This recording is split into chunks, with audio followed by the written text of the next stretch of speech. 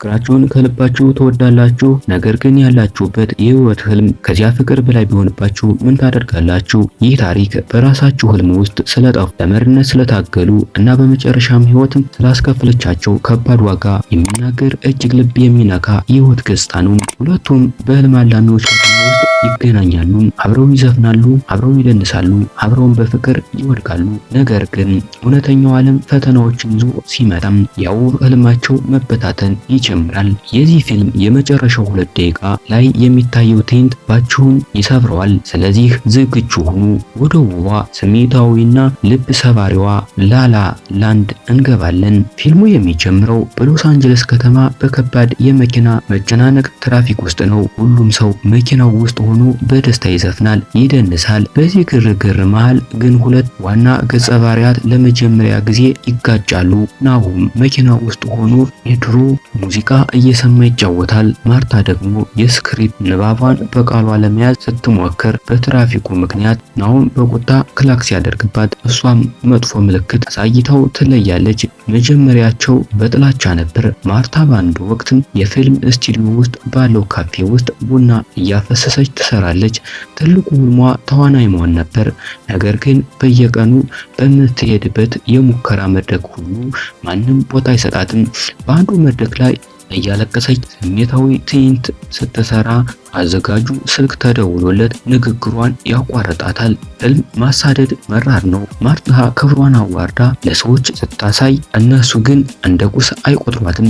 በዚያው ምሽት ማርታ ተስፋ ቆርጣ ወደ ቤቷ እየተመለሰች ሳለም ከአንድ ትንሽ ሬስቶራንት ውስጥ እጅግ ማራኪ የፒያኖ ድምፅ ይሰማል። ሙዚቃው ልቧን ነካታል። ወደ ውስጥ ስትገባ ፒያኖውን የሚጫወተው ያ በትራፊክ ውስጥ ያገኘችው ቁጥ ወጣት ናሆም ነው። ናሆም ለገንዘብ ሲል በሬስቶራንት ውስጥ የገና መዝሙሮችን እንዲጫወት ተቀጥሯል። ነገር ግን እሱ የድሮውን እውነተኛ የጃዝ ሙዚቃ ስለሚወድ የራሱን ስሜት የሞላበትን ሙዚቃ መጫወት ይጀምራል። የሬስቶራንቱ ባለቤት ግን ህጉን ስለጣሰ ወዲያውኑ ከስራ ያባረረዋል። ናሆም በቁጣ ፒያኖውን ትቶ ሲወጣም ማርታ ሙዚቃውን ምን ያህል እንደሚያረካት ልትነግረው ትቀርባለች። እሱ ግን በንዴት ትኩረት ሳይሰጣት በትከሻው ገፍቷት ይወጣል። ዓመታትና ወቅቶች ይለወጣሉ። የጸደይ ወቅት ይመጣል። ማርታና ናሆም በአንድ የሆሊውድ ግብዣ ላይ በአጋጣሚ እንደገና ይገናኛሉ። በዚህ ጊዜ ግን ማሾፍ ይጀምራሉ። ከግብዣው በኋላ ወደ መኪናቸው ሲሄዱ ከከተማዋ በላይ ባለው ኮረብታ ላይ ከዋክብት በሞሉበት ሰማይ ስር መደነስ ይጀምራሉ። ኦሁ ኤሎ ናይት የተሰኘው የዳንስ ሙዚቃ ይጀምራል። እየተሳሳቁና እየደነሱ በመካከላቸው የፍቅር ብልጭታ መፈጠር ይጀምራል። ናሆም ማርታን ወደ አንድ የጃዝ ክለብ ይወስዳታል። ማርታ ጃዝ ሙዚቃ አልወድም ስትለው ናሆም በከፍተኛ ስሜት ስለ ጃዝ ውበትና ነፃነት ይነግራታል። እሱ የራሱን ክለብ የመክፈት ትልቅ ህልም አለው። ማርታም የራሷን ቲያትር የመጽሐፍ ህልም እንዳላት ትነግረዋለች። 2 የተለያዩ ህልሞች ግን አንድ አይነት ስሜት አንዳቸው ለሌላው ተስፋ መሆን ጀመሩ። ብዙ ሳይቆዩ ናሆምና ማርታ ፍቅራቸው ይፋ ይሆናል። አብረው መኖር ይጀምራሉ። ናሆም ማርታ የራሷን የነጠላ ትዕይንት ቲያትር እንድትጽፍ ያበረታታታል። ማርታ ለናሆም ህልም ትልቅ ክብር ስላላት የክበቡን ስም ቺክን ኦን ስቲክ እንዲለው አርማውን ሳይቀር ትስልለታለች። በዚህ ጊዜ ህይወቱ ፍጹም ናት። በአንድ የከዋክብት መመልከቻ ውስጥ በአየር እየተንሳፈፉ የሚደንሱት ትዕይንት ፍቅራቸው ከምድር በላይ እንደደረሰ ያሳያል። ነገር ግን እውነታው መምጣቱ አልቀረም። ማርታ ከእናቷ ጋር በስልክ ስታወራ ናሆም ይሰማታል። እናቷ ናሆም የተረጋጋ ስራና ገቢ እንዳለው እየጠየቀች ነበር።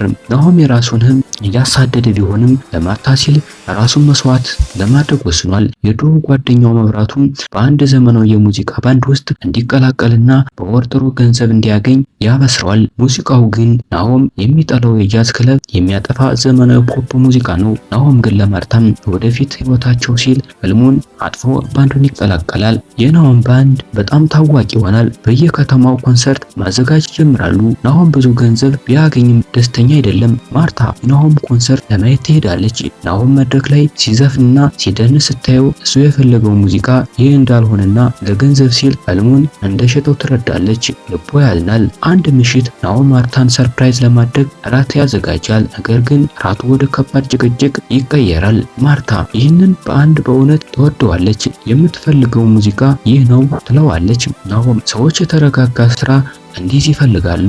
አንቺ ራስሽ የፈለግሽው ይሄን አልነበረም? አሁን ገንዘብ ሳገኝ ለምን ትቆጭኛለሽ? ምናልባት እኔ ደካማ ሁኜ ስታይኝ ይበልጥ ደስ ይልሽ ነበር ይላታል። ይህ ንግግር በጣም ያማል። ናሆም ለማርታ ሲል ህልሙን ተወም። ማርታ ግን የናሆምን ህልም መሞቱ አሳዘናት። ማርታ በንዴት እራቱን ትታ ትወጣለች። ፍቅራቸው መናጋት ይጀምራል። ብዙም ሳይቆይ ማርታ ያዘጋጀችው ቲያትር የሚታይበት ቀን ይደርሳል።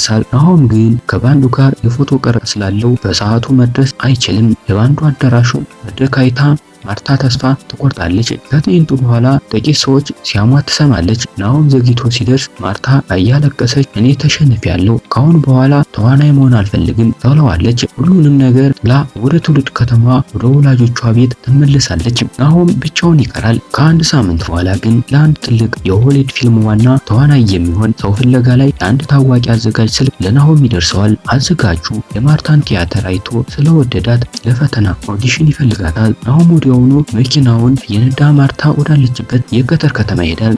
ቤቷን አፈላልጎ ያገኛታል። ማርታ መጀመሪያ አልመጣም ደክሞኛል ብትልም ናሆም ግን ይህ የአንቺ መጨረሻ ዕድል ነው ብሎ ያስገዳታል። በማግስቱ ወደ ምርመራው መድረክ ይሄዳሉ። ማርታ መድረክ ላይ ቆማ ስለ ህልም አላሚዎች ስላበዱና ልባቸው ስለሚሰበረው ሰዎች የሚናገረውን ውብ ዘፈን ትዘፍናለች። ከምርመራው በኋላ ሁለቱም በአንድ ፓርክ ውስጥ ይቀመጣሉ። ማርታ ፊልሙን እንደምታገኘው እርግጠኛ ናት። ነገር ግን ቀርጸው ፓሪስ ውስጥ ስለሆነ ለዓመታት መለየት አለባቸው። ማርታ አሁን እኛ የት ነው ያለነው ትለዋለች። ናሆም አላውቅም፣ ነገር ግን እኔ አሁን ለዘላለም እወድሻለሁ፣ አንቺም ህልምሽን ማሳደድ አለብሽ ይላታል። ሁለቱም እርስ በርስ ተቃቅፈው ለህልማቸው ሲሉ ፍቅራቸው በሰላም ያበቃል።